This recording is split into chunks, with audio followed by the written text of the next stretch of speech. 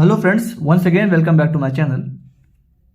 आज की इस वीडियो में हम लोग ब्रोंकियल एस्मा के ड्रग थेरेपी के बारे में डिस्कस करेंगे। हम लोग देखेंगे कि कौन कौन से क्लास के ड्रग हम लोग ब्रोंकियल एस्मा को ट्रीट करने के लिए यूज कर सकते हैं। ब्रोंकियल एस्मा की जो पैथोफिजियोलॉजी है उसको प्रीवियस वीडियो में मैं कवर कर चुका हूँ। अगर आप पहले उस वीडियो को देखेंगे फिर इस वीडियो को देखेंगे तो आप लोगों का जो कॉन्सेप्ट है और अच्छे से क्लियर होगा और आप लोगों को समझने में आसानी रहेगी और कोई भी चीज़ें आपको रट्टा नहीं मारनी पड़ेंगी। देखिए, दो तरीका होता है किसी भी चीज़ को याद रखने का, या तो रट्टा मारो या फिर समझ के करो।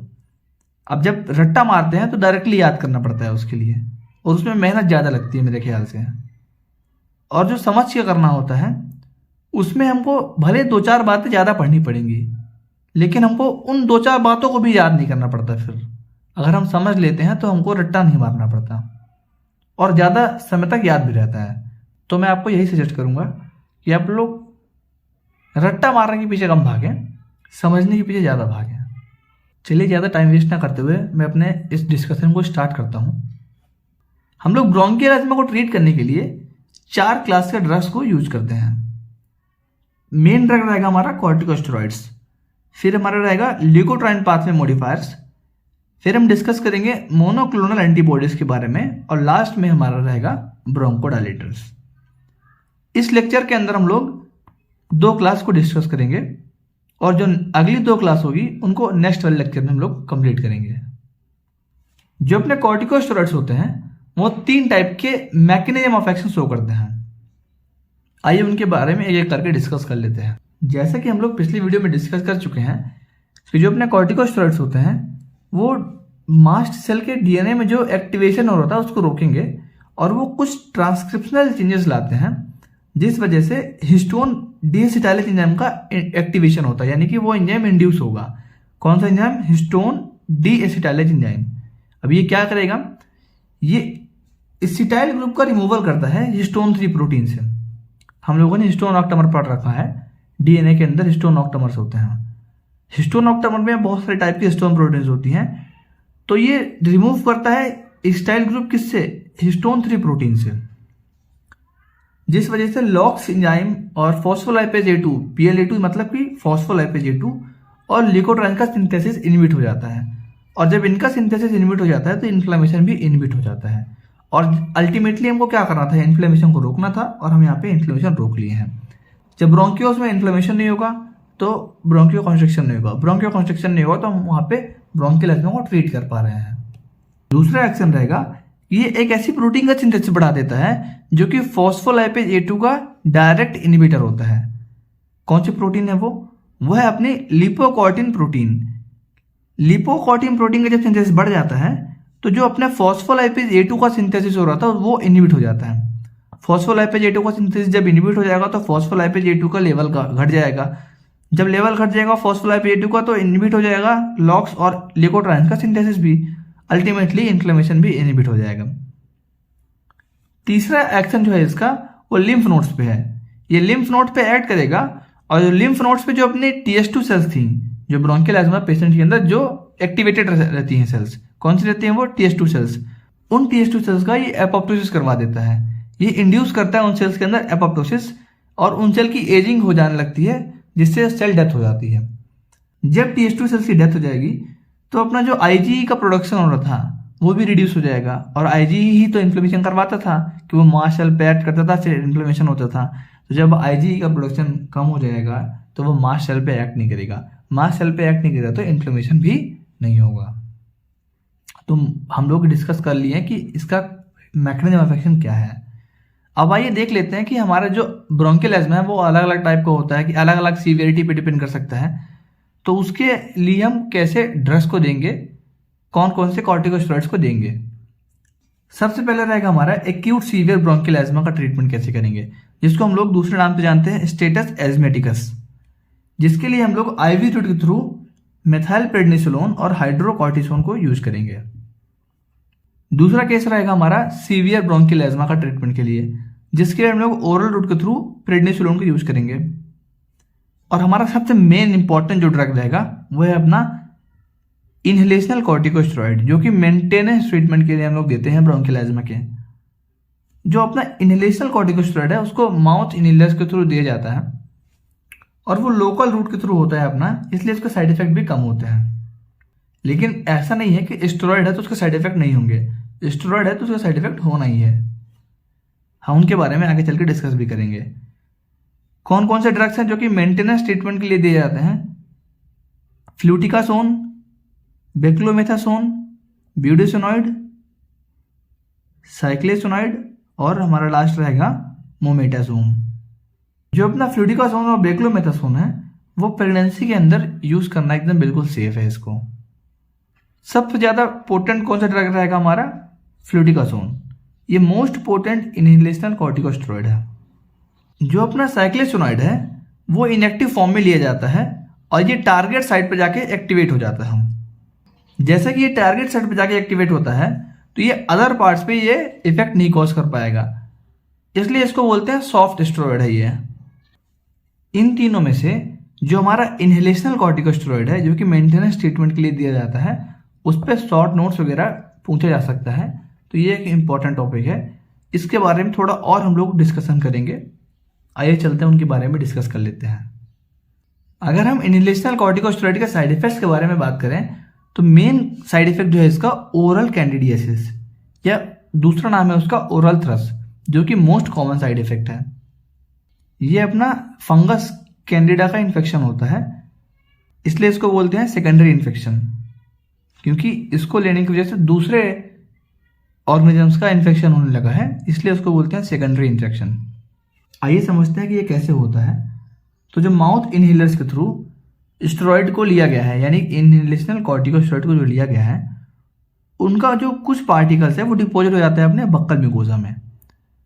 बक्कल म्यूकोजा में डिपॉजिट हो जाएगा और वहाँ की इम्यूनिटी को इनहिबिट करेगा, क्योंकि जैसा कि हम देख चुके हैं प्रोसेस के अंदर ये एंटीबॉडी का फॉर्मेशन को कहीं ना कहीं कम कर रहा होता है, तो अपनी इम्यूनिटी जो होती है वो वीक होती चली जाती है। तो जब बक्कल म्यूकोजा के यानी कि जब बक्कल कैविटी की इम्यूनिटी वीक हो जाएगी तो इन्फेक्शन का रिस्क बढ़ जाएगा। तो उस केस के अंदर जब हमारा बक्कल म्यूकोजा यानी बक्कल कैविटी इम्यूनो डिप्रेस रहेगी तो उस केस के अंदर कैंडिडा का इन्फेक्शन होने के चांसेस बढ़ जाएंगे। और ये मोस्ट कॉमन साइड इफेक्ट है जो कि इनहेलेशनल कॉर्टिकोस्टेरॉइड का देखा गया है। आइए बात कर लेते हैं इसको प्रिवेंट कैसे करेंगे। तो माउथ रिंसिंग और स्पेसर का यूज करके हम लोग इसको प्रिवेंट कर सकते हैं। माउथ रिंसिंग क्या होता है? यानी कि जो ड्रग लेने के बाद तुरंत कुल्ला कर लें, तो जो हमारा रेस्पिरेटरी ट्रैक्ट में गया ड्रग तो वो अपना अंदर काम करेगा, लेकिन जो हमारे बक्कल म्यूकोजा के अंदर जो ड्रग रह गया है, जो ड्रग के पार्टिकल्स रह गए हैं, वो कुल्ला करने से यानी माउथ रिंसिंग से वो वापस बाहर चले जाएंगे। दूसरी टेक्निक है स्पेसर का यूज करना। स्पेसर क्या होता है? तो स्पेसर एक बेसिकली ट्यूब होती है जो कि जो हमारा ड्रग है उसको डायरेक्टली कहाँ पे लोड कर देगी? डायरेक्टली ट्रैकिया पे लोड कर देगी। तो माउथ का जो बक्कल म्यूकोजा है उसको कोई रोल ही नहीं रहेगा। अगर हम ट्रीटमेंट की बात करें कि अगर किसी को ओरल कैंडिडियासिस हो ही गया है तो उसको कैसे ट्रीट करेंगे, तो हम लोग एंटी फंगल ड्रग जैसे कि फ्लूकानोजोल को यूज करेंगे, जिसका जो डोज रहेगा वो 400 mg स्टैट रहेगा, यानी कि एक बार यूज कर लेंगे तो अपना काम हो जाएगा। माउथ वॉशिंग के लिए हम लोग क्लोट्रीमाजोल और निस्टैटिन जैसे ड्रग्स का यूज कर सकते हैं, यानी कि ऐसे माउथ वॉश का यूज करें जिनके अंदर क्लोट्रीमाजोल और निस्टैटिन जैसे ड्रग्स मिक्स हों। सेकंड साइड इफेक्ट है इसका वॉइस में चेंज आना। अब ये वॉइस में चेंज कैसे ला सकता है, आइए देखते हैं। अगर हम इनहेलेशनल कॉर्टिकोस्टेरॉइड को लॉन्ग टाइम के लिए ले रहे हैं तो ये वोकल कॉर्ड्स में भी डिपॉजिट हो जाता है और वहाँ की जो मसल्स होती हैं उनकी ग्रोथ को इनहिबिट कर देता है। जब मसल की ग्रोथ इनहिबिट हो जाती है तो स्पीकिंग में डिफिकल्टी आती है, जिसको डिस्फोनिया भी बोलते हैं, और जो वॉइस होती है वो थोड़ा हॉर्स हो जाती है। अब आइए इसके कुछ सिस्टमिक साइड इफेक्ट के बारे में डिस्कशन कर लेते हैं। तो ये सुन के थोड़ा वियर्ड सा नहीं लग रहा है क्या कि हम लोग इसको लोकल रूट के थ्रू ले रहे हैं लेकिन ये सिस्टमिक साइड इफेक्ट शो कर रहा है? उसके पीछे भी एक रीजन है। जब इसको हम लोग माउथ इनहेलर्स के थ्रू लेते हैं तो 80% जो ड्रग है वो अपना जीआईटी के अंदर एब्जॉर्ब हो जाता है। 20% ड्रग ही जो है अपना लोकल रूट के पास पहुंच पाता है, यानी लोकल साइड पे पहुंच पाता है, टारगेट साइड पे पहुंच पाता है, और मेजोरिटी ऑफ ड्रग यानी कि 80% जो ड्रग है वो जीआईटी में एब्जॉर्ब हो जाता है। जब जीआईटी में कोई ड्रग एब्जॉर्ब हो गया तो सिस्टमिक सर्कुलेशन में पहुंच जाएगा, जिस वजह से सिस्टमिक साइड इफेक्ट कॉज करेगा। फिर सीएनएस के अंदर ये एलिवेटेड मूड, एपिलेप्सी जैसे सिम्टम्स देखने को मिलेंगे, और सीएसएफ का सिंथेसिस बढ़ने की वजह से इंट्राक्रैनियल टेंशन भी बढ़ जाता है। आइस के अंदर एक्वस ह्यूमर का सिंथेसिस बढ़ा देगा, जिससे इंट्राऑकुलर प्रेशर बढ़ेगा और ग्लूकोमा के चांसेस होंगे। और आइस में ये जो लेंस है अपना, उसकी एजिंग को फास्ट कर देता है, जिससे कैटरैक्ट जैसे साइड इफेक्ट देखने को मिल सकते हैं। और कैटरैक्ट में भी कौन सा कैटरैक्ट? पोस्टीरियर सबस्कैपुलर कैटरैक्ट, जिसके बारे में आप थर्ड ईयर में ऑप्थेल में डिस्कस करेंगे। हार्ट के अंदर टैकीकार्डिया शो करता है, क्योंकि हार्ट को ये स्टिमुलेट करता है। किडनी के अंदर ये रास सिस्टम को स्टिमुलेट करेगा, और जब रास सिस्टम स्टिमुलेट होगा तो सोडियम और वाटर का रिटेंशन बढ़ जाएगा, जिससे हाइपरटेंशन यानी कि इंक्रीज ब्लड प्रेशर जैसे सिम्टम्स देखने को मिलेंगे। ये जीआईटी के अंदर भी कुछ साइड इफेक्ट्स शो करता है। जैसे कि हम जानते हैं कि जो अपने कॉर्टिकोस्टेरॉइड होते हैं वो फॉस्फोलाइपेज A2 के सिंथेसिस को कम कर देते हैं, जिससे प्रोस्टाग्लैंडिन का सिंथेसिस कम होता है। और हम ये जानते हैं कि अपने जीआईटी के लिए प्रोस्टाग्लैंडिन एक प्रोटेक्टिव फंक्शन शो करता है। जो प्रोस्टाग्लैंडिन है वो म्यूकस और बाइकार्बोनेट का सिक्रेशन करता है, जिससे अपना जो जीआईटी है वो एसिड के इफेक्ट से बच जाता है। लेकिन जब जीआईटी के अंदर प्रोस्टाग्लैंडिन कम बनेगा तो एसिड इफेक्ट जो होगा वो ज़्यादा शो होगा, क्योंकि प्रोटेक्टिव फंक्शन कम हो गया है, तो पेप्टिक अल्सर डिसीज का भी रिस्क बढ़ जाता है। तो ये बात हुई हमारे कॉर्टिकोस्टेरॉइड्स के बारे में, जिसपे हमको सबसे ज़्यादा फोकस रखना है इनहेलेशनल कॉर्टिकोस्टेरॉइड्स के बारे में, जिसके बारे में शॉर्ट नोट्स वगैरह भी पूछा जा सकता है। अब आइए हम लोग डिस्कस कर लेते हैं ल्यूकोट्राइन पाथवे मॉडिफायर्स वाले क्लास के बारे में। ल्यूकोट्राइन पाथवे को मॉडिफाई करके हम लोग ल्यूकोट्राइन का सिंथेसिस रोक सकते हैं, और ल्यूकोट्राइन का अगर सिंथेसिस रुक गया तो अपना जो इन्फ्लेमेशन है वो भी रुक जाएगा, और जब इन्फ्लेमेशन रुक जाएगा तो ब्रोंकोकॉन्स्ट्रिक्शन रुक जाएगा। अब ल्यूकोट्राइन पाथवे को हम लोग 3 तरीके से मॉडिफाई कर सकते हैं। पहला रहेगा कि हम ल्यूकोट्राइन के रिसेप्टर्स को अगर इनहिबिट कर दें तो, जो कि मोस्ट कॉमनली यूज किया जाता है ड्रग। दूसरा रहेगा कि हम ल्यूकोट्राइन के सिंथेसिस को इनहिबिट कर दें, और तीसरा रहेगा हमारा कि हम ल्यूकोट्राइन के रिलीज को इनहिबिट कर दें। तो आइए चल के हम लोग इनके बारे में करके बात करते हैं। तो पहला है हमारा ल्यूकोट्राइन रिसेप्टर इनहिबिटर। इसका जो मैकेनिज्म ऑफ एक्शन है वो हम पहले भी डिस्कस कर चुके हैं कि ये ल्यूकोट्राइन के जो रिसेप्टर्स थे, कौन से रिसेप्टर थे अपने? सिस्टीन ल्यूकोट्राइन 1 रिसेप्टर्स, उनको इनहिबिट करेगा। जब ये रिसेप्टर इनहिबिट हो जाएगा तो ल्यूकोट्राइन आके ऐड नहीं होगा इससे। अब जब ल्यूकोट्राइन इस पर एक्ट नहीं करेगा तो इन्फ्लेमेशन रुक जाएगा, जिसके लिए हमारे पास 2 ड्रग हैं, मोंटेल्यूकास्ट और जेफिरल्यूकास्ट। इन दोनों को ओरली लिया जाता है। फार्माकोकाइनेटिक प्रॉपर्टी में देखें अगर, तो इसका जो ऑनसेट ऑफ एक्शन है वो स्लो होता है, इसलिए इसको एक्यूट ट्रीटमेंट के लिए नहीं देते हैं, बल्कि ये मेंटेनेंस ट्रीटमेंट के लिए हम लोग इसको यूज कर सकते हैं। ये प्रिवेंट करते हैं इन्फ्लेमेशन को, लेकिन जो पहले से इन्फ्लेमेशन हो चुका है उसको ये ठीक नहीं करते हैं। ये आगे ल्यूकोट्राइन का सिंथेसिस कम कर देंगे, जिससे इन्फ्लेमेशन रुक जाएगा, लेकिन जो पहले इन्फ्लेमेशन हुआ है उसको ये ठीक नहीं कर पाते हैं। इनकी एफिकेसी भी जो है अपनी इनहेलेशनल कॉर्टिकोस्टेरॉइड से कम होती है। इनको एज एन एड ऑन रख दिया जाता है अपने इनहेलेशनल कॉर्टिकोस्टेरॉइड के साथ में, ताकि जो ट्रीटमेंट है उसकी एफिकेसी को और इंप्रूव किया जा सके। ये शो करते हैं steroid sparing effect. Steroid sparing effect मतलब कि स्टेरॉइड से ये हमें बचाते हैं। जैसे कि जो चिल्ड्रंस हैं जिनको माइल्ड ब्रोंकियल एज़मा है, उनके अंदर हम लोग स्टेरॉइड का यूज नहीं करते हैं। ब्रोंकियल एज़मा को ट्रीट करने के लिए हम लोग प्रेफर करते हैं कि अपना ल्यूकोट्राइन रिसेप्टर इनहिबिटर दे दें। स्टेरॉइड का यूज हम लोग बहुत सीवियर केस के अंदर करेंगे चिल्ड्रंस के अंदर, क्योंकि इसके साइड इफेक्ट बहुत ज़्यादा होते हैं। अब एक कंडीशन है जो कि है एस्पिरिन एक्जासर्बेटेड रेस्पिरेटरी डिसीज, AERD, जिसके अंदर ऐसा होता है तो जो अपना ब्रोंकियल एज़मा का पेशेंट है उसको हम लोग साथ साथ में किसी और चीज़ को ठीक करने के लिए एस्पिरिन भी दे रहे हैं, तो उस केस के अंदर हम लोग को ल्यूकोट्राइन रिसेप्टर इनहिबिटर देना पड़ेगा, क्योंकि जो अपना पेशेंट रहेगा उसके अंदर तो फॉस्फोलाइपेज A2 का लेवल बढ़ रहेगा, क्योंकि अपना इसको ब्रोंकियल एज़मा है तो फॉस्फोलाइपेज A2 बढ़ेगा ही। और फॉस्फोलाइपेज A2 जो होता है वो 2 चीज़ें बनाता है, लॉक्स एंजाइम और कॉक्स एंजाइम। लेकिन एस्पिरिन जो है वो कॉक्स वाले प्रोसेस को इनहिबिट करके रखता है। तो जो फॉस्फोलाइपेज A2 है वो सारा का सारा क्या बनाएगा? Locks enzyme. जब लॉक्स एंजाइम का फॉर्मेशन ज़्यादा होगा तो ल्यूकोट्राइन्स का सिंथेसिस होगा, और ल्यूकोट्राइन्स ज़्यादा बनेंगे तो क्या होगा? ब्रोंकियल एज़मा की और सीवियरिटी बढ़ेगी। इसलिए ल्यूकोट्राइन रिसेप्टर इनहिबिटर यूज किए जाते हैं ताकि ल्यूकोट्राइन के सिंथेसिस को कम कर सकें और उसके जो इफेक्ट है उसको भी कम कर सकें। अगर मैं इसके साइड इफेक्ट के बारे में डिस्कस करूं तो इसके ज़्यादा साइड इफेक्ट नहीं है, और ये गुड कंप्लायंस शो करता है पेशेंट के साथ, यानी कि ये पेशेंट्स को एक कंफर्टेबल ड्रग रहता है, इसको लेने में कोई दिक्कत नहीं आती है। रेयर केसेस के अंदर ये न्यूरोसाइकेट्रिक सिम्टम्स भी शो करता है as a side effect.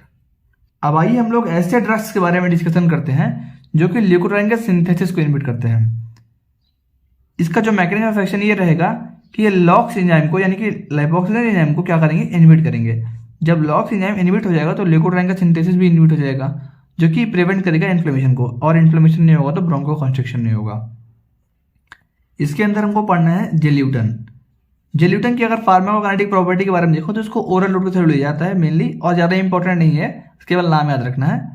Side effect के बारे में डिस्कस करूँ तो लिवर टॉक्सिसिटी शो कर सकता है ये, इसलिए लिवर फंक्शन टेस्ट की मॉनिटरिंग किया जाता है जब इस ड्रग को देते हैं तो। और हेडेक जो रहेगा मोस्ट कॉमन साइड इफेक्ट रहेगा इसको यूज करने से।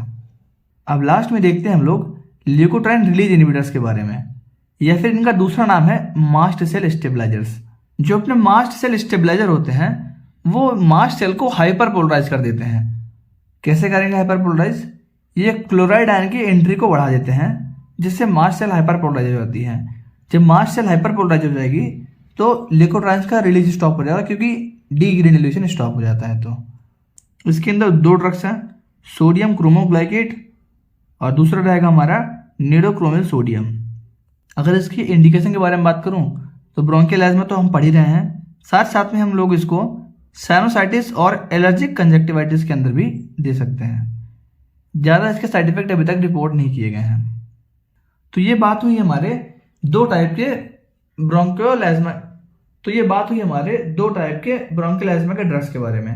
अब जो बचे हुए दो टाइप्स हैं उसको हम लोग नेक्स्ट वीडियो में डिस्कस करेंगे। अगर आपको वीडियो पसंद आई हो तो वीडियो को जरूर लाइक करें और आप हमारे चैनल को सब्सक्राइब करके रख लें ताकि आप लोगों से कोई वीडियोस मिस ना हो। और आप इन वीडियोस को अपने सोशल मीडिया ग्रुप्स के अंदर, अपने कॉलेज ग्रुप्स के अंदर भी शेयर करें ताकि उनको भी इन वीडियो का फायदा मिल सके।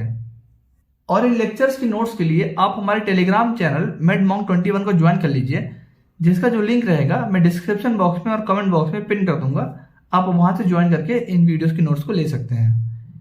आज की वीडियो के लिए इतना ही, मिलते हैं अगली वीडियो पे, तब तक के लिए गुड बाय।